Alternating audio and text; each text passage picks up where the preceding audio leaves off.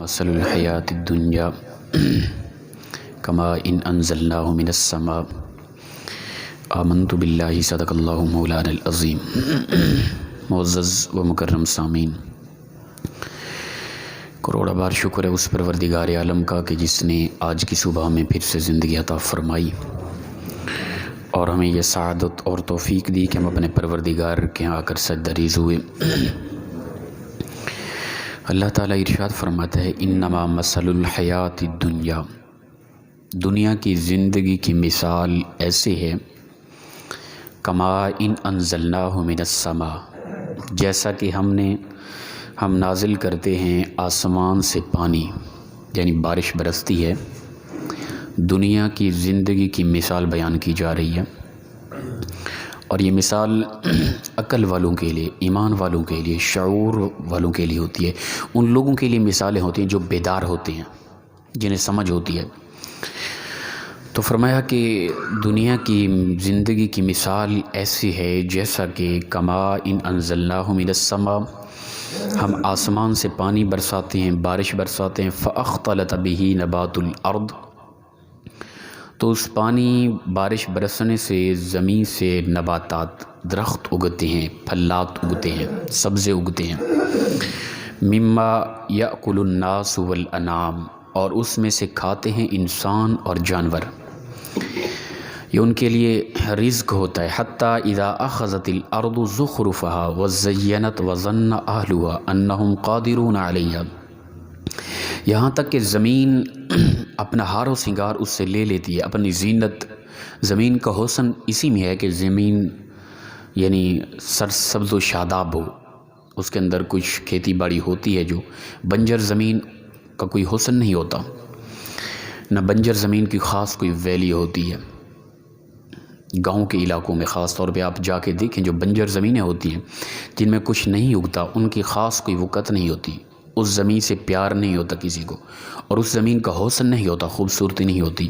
جس رقبے میں، جس زمین میں کھیتی باڑی اگتی ہے، سبزے اگتے ہیں، پھلات ہوتے ہیں، باغیچے ہوتے ہیں، پھول پھل ہوتے ہیں، وہ زمین خوبصورت ہوتی ہے۔ اللہ فرماتا ہے جب ہم بارش برساتے ہیں زمین پر، تو دنیا کی زندگی کی مثال ایسے ہے جیسا کہ ہم نے زمین پر پانی برسایا آسمان سے، اور وہ پانی زمین میں جا کے مل گیا، اور اس سے نباتات اگے، پھل اگے، پھل اگے، کلیاں تھی، خوبصورتی تھی۔ زمین نے جب اپنا ہار و سنگار لے لیا، اپنی زینت لے لی، وظن اہلھا، تو جو مالی ہوتا ہے، کھیتی باڑی کرنے والا ہوتا ہے، وہ گمان کرتا ہے کہ میں ہی ہوں، میں نے اگایا ہے سب کچھ، انہم قادرون علیہ، بے شک میں ان پر قدرت رکھتا ہوں، میں ہی طاقت رکھتا ہوں، یہ سب کچھ میں نے اگایا ہے۔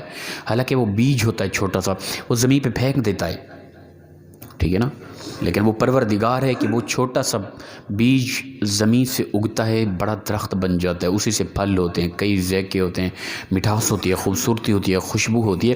یہ اللہ کی قدرت ہے، لیکن مالی سمجھتے ہیں کہ میں طاقت رکھتا ہوں اس پر۔ اللہ فرماتے ہیں اتاہا امرنا لیلا او نہارا فجعلنا حصیدا کأن لم تغن بالامس، تو پھر جب اللہ کا حکم آتا ہے، امر آتا ہے اچانک، کھیتی باڑی ہے، درخت ہیں، پھول پھل ہیں، خوبصورتی ہے، خوشبوئی ہیں، مہک ہے اس زمین سے، زمین نے اپنا مکمل ہار و سنگار لے لیا، زینت لے لی، زمین خوشحال ہے، خوبصورت لگ رہی ہے سبزی کی وجہ سے۔ تو اللہ فرماتے ہیں وہ سمجھتا ہے میں قدرت رکھتا ہوں، میں نے یہ کھیتی باڑی اگائی ہے۔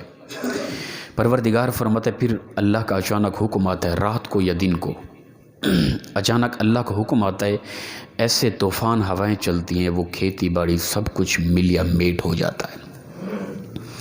وہ جو قدرت کی طاقت کی گمان کر رہا تھا، سوچ رہا تھا کہ میں نے اگایا سب کچھ، اچانک اللہ کا حکم آتا ہے، یا تو وہ جل کے راکھ ہو جاتی ہیں، یا ہواؤں فضاؤں اور موز اور آندھیوں کے ذریعے سب کچھ ملیا میٹ ہو جاتا ہے۔ یہ ہے مثال دنیا کی۔ یہ دنیا کا حسن و جمال، یہ عمارتیں، یہ ہوائیں فضائیں، یہ خوبصورتیاں، یہ گاڑیاں، یہ بلڈنگیں، یہ جو بھی خوبصورتی ہے، اچانک قیامت آئے گی، سب کچھ ملیا میٹ ہو جائے گا۔ اللہ فرماتا ہے یہ دنیا کی مثال ہے، اسی میں تم مگن ہو، کیا ملے گا؟ یہ تو سب کچھ یہ خاک ہو جانا ہے، جتنا بھی خوبصورتی ہے، ٹھیک ہے نا۔ میں اور آپ دیکھیں، ہم مثال کے طور پہ، میں جوان ہوں اس وقت، کیا میں آج دنیا سے چلا جاؤں تو میں سلامت رہوں گا؟ نہیں، خاک ہوں میں، کچھ بھی نہیں ہے۔ یہ خوبصورتیاں یہ زندگی تک ہیں، بس یہ حسن و جمال، یہ کھانا پینا، یہ عیش و عشرت، بس یہاں تک۔ آخرت میں چلے جانے کے بعد وہ کچھ ہوگا جو انسان اچھا کر کے گیا۔ یہ دنیا کی مثال ہے۔ اللہ فرماتا ہے تم اس کھیتی باڑی کو دیکھ لو، خوبصورت اس زمین کو دیکھ لو جو اپنا ہار و سنگار زینت لے لیتی ہے نا، تو پھر اچانک اللہ کی طرف سے کوئی امر آ جائے، آندھیاں منہ زور آ جائیں، طوفان آ جائے، وہ باغیچے کے باغیچے اڑا کے رکھ دیں، تو اس زمین کا حسن کس قدر بگڑ جاتا ہے، اس زمین کی کیا حالت ہوتی ہے۔ یہی حالت ہونی ہے اس خوبصورت دنیا کی زندگی کی۔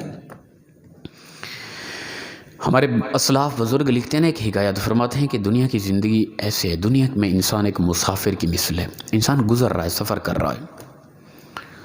یقیناً کوئی مسافر اسٹیشن پہ جا کے بیٹھ کر وہ اسے جو انتظار میں ہے، گاڑی کے انتظار میں ہے، کیا وہ اس کا بیٹھنا وہاں گاڑی کے آنے میں لیٹ ہو جانا اسے اطمینان میں رکھتا ہے؟ نہ، وہ اداس ہوتا ہے، یار لیٹ کر دیا گاڑی نے، وہ پریشان ہوتا ہے۔ مسافر وہ جا رہا ہے، چاہے وہاں بیٹھنے پہ اسٹیشن پہ بڑا اطمینان ہو، اے سی لگے ہوں یا سردیوں کے موسم میں گرم ماحول ہو، بڑا بہترین ماحول مہیا کیا جا رہا ہو، اس کے باوجود بھی مسافر گاڑی کے انتظار میں آرام نہیں ہوتا، اسے جلتی ہوتی ہے۔ وہ یہ نہیں کرے گا بس وہیں ڈیرا لگا دے بیٹھا رہوں، 2 دن بعد گاڑی آئے گی، سکون سے وقت گزاروں گا۔ یا وہاں بیٹھنے کے متعلق وہ کچھ نہیں سوچتا کہ ہاں بیٹھ کے یہ کروں گا یہ کروں گا، نہ وہ سفر کے متعلق سوچتا ہے، میں نے جہاں تک جانا ہے، جو میری منزل ہے، وہ مین ٹارگٹ ہوتا ہے، وہ چیز اس کی سوچ فکر میں ہوتی ہے، میں نے وہاں جا کے کیا کچھ کرنا ہے، کیا کچھ لے کے جاؤں، وہاں کس چیز کی ضرورت ہے، کیا کچھ مہیا ہے کیا نہیں ہے، وہ کچھ یہاں تیار کر کے لے کے جانا ہے انسان نے۔ تو ہمارے اسلاف فرماتے ہیں دنیا کی مثال ایسے ہے جیسا کہ انسان ایک سفر کر رہا ہے، ایک قافلہ ہے، وہ مسافر ہیں، گزر رہے ہیں، رات کا وقت ہے اور ان کا گزر پہاڑ کی غار کے اندر سے ہوا۔ ایک پہاڑی ہے، اس کے اندر غار ہے، غار کے اندر سے، اور وہ کچھ لمبی چوڑی غار ہے، اس کے اندر سے ان قافلے والوں کا گزر ہوا۔ یہ دنیا کی مثال سمجھائی جا رہی ہے۔ تو جب وہ غار کے اندر انٹر ہوئے سارا قافلہ، تو اس غار کے اندر کنگریاں تھیں، پاؤں میں چبھ رہی تھی، بڑا مشکل دشوار سفر تھا، گھپ اندھیرا تھا، کچھ نظر نہیں آ رہا تھا، بس وہ بڑی مشکل سے وہ سفر طے کیا۔ سفر میں گزرتے غار کے اندر سے جب گزر رہے تھے، کچھ لوگوں کو سوچ آئی، یار یہ کنگریاں اس قدر چبھ رہی ہیں پاؤں پہ، ایسا نہ ہو کہ ہم کچھ کنگریاں اٹھا لیں اور باہر جا کے پھینکیں، آنے والے پیچھے جو لوگ ہوں گے بعد میں کوئی مسافر، ان کو یہ دقت پریشانی نہیں ہوگی۔ تو کچھ لوگوں نے قمیض کا پلو اٹھا کے کنگریوں سے پلو بھر لیا، کچھ لوگوں نے 2-4 اٹھا کے جیبیں بھر لی، کچھ نے 1 آدھی اٹھا لی، کسی نے کچھ بھی نہ اٹھایا۔ اندھیرا تھا، کچھ نظر نہیں آ رہا تھا، گزرتے گزرتے جو ہی غار سے باہر نکلے اجالا ہو گیا۔ اب جب باہر نکلے تو دیکھا وہ جو کنگریاں سمجھی تھی وہ دراصل جواہرات اور لال تھے، وہ تو بڑی قیمتی چیز تھی۔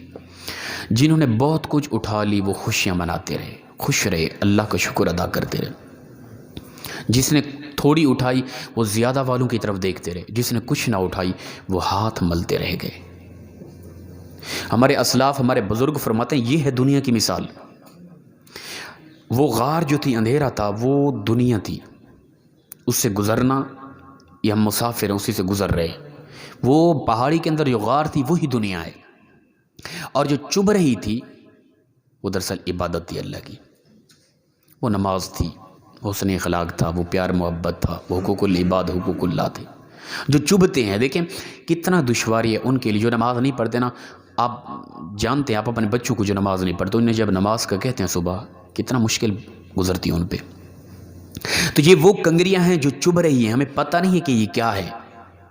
صبح اٹھنا، وضو کرنا، وضو کر کے مسجد میں آنا، نماز پڑھنا، درس سننا، ذکر و اذکار کرنا، قرآن کی تلاوت کرنا، ہر کسی کو معاف کرنا، کوئی زیادتی کرے اسے بھی معاف کر دینا، حسن اخلاق سے پیش آنا، حقوق العباد، حقوق اللہ کو مد نظر رکھنا، یہ کنگریاں ہیں، ہمیں چبھتی، ہم کہتے ہیں نہیں ملاوٹ کر لیں، کچھ آمدن فائدہ ہو رہا ہے نا، کسی نے زیادتی کی، وہ نفرت کی آگ، انتقام کی آگ جل رہی ہے سینے میں، انتقام لینا ہی لینا ہے، یہ سوچ، یہ فکر. ہم اس معاف کریں تو ہمیں اچھا نہیں لگتا بھی معاف کر دیں کسی کو. کم نفع آئے گا، ملاوٹ نہ کروں، یہ اچھا نہیں لگتا.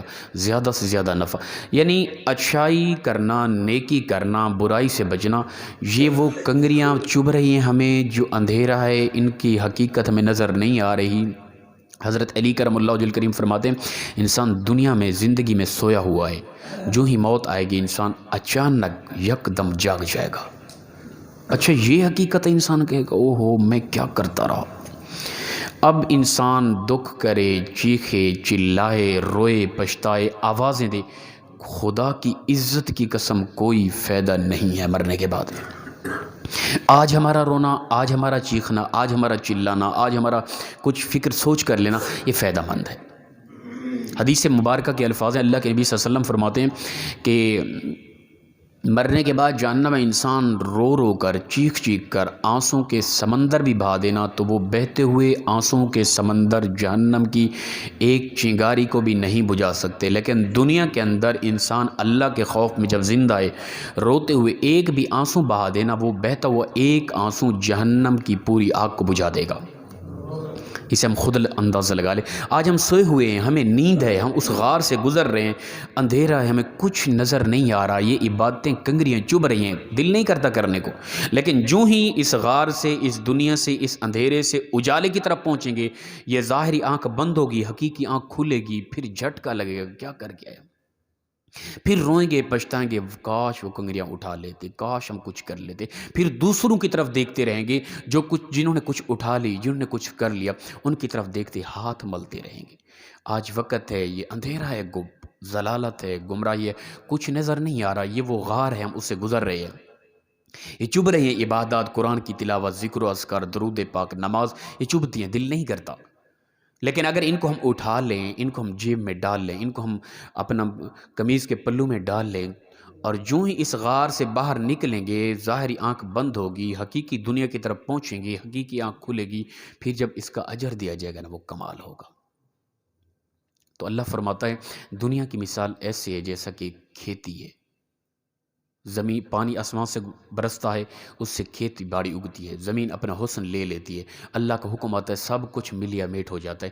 اسی طرح اچانک یہ کائنات فنا ہو جائے گی. کل من علیہا فان، کائنات کی ہر چیز کو فنا ہے، کوئی چیز بھی باقی نہیں رہے گی سوائے اس اللہ کی ذات کی.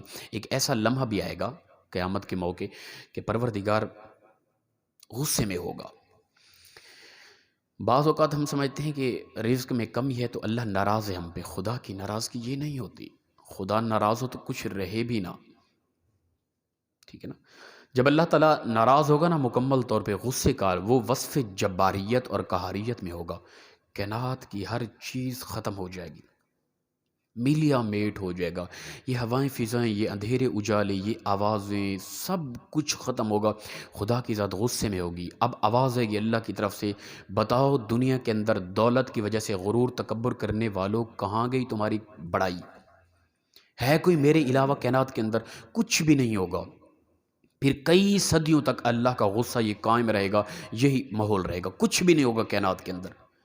پھر رب تعالیٰ کی رحمت پھر کائنات کی طرف متوجہ ہوگی، پھر دوبارہ کائنات وجود میں آئے گی. تو لہٰذا ہمارے یہاں رہ کر دولت کی وجہ سے، سٹیٹس کی وجہ سے، علم کی وجہ سے، حسن کی وجہ سے غرور و تکبر انتہائی پاگل پن ہے، انتہائی کم ظرفی ہے، انتہائی گمراہی ہے، بے وقوفی اور نادانی ہے. کیا ہے؟ میں شیخ سعدی فرماتے ہیں کہ اللہ کے انصاف پر مجھے یقین اس دن آیا جب میں نے کائنات کے بڑے سے بڑے اور کائنات کے چھوٹے سے چھوٹے انسان کی قبر ایک طرح کی دیکھی.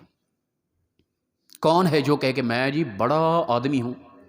میں کہوں میں چھوٹا آدمی ہوں. جس قبر میں میں نے جانا ہے نا، اس نے بھی اسی قبر میں جانا ہے، یاد رکھیں. تو لہٰذا ہم اس طرف متوجہ کہ دنیا کیا ہے، ہم کیا کر رہے ہیں. اللہ پاک ہم سب کو عمل کی توفیق عطا فرمائے. وآخر دعوانا ان الحمد للہ.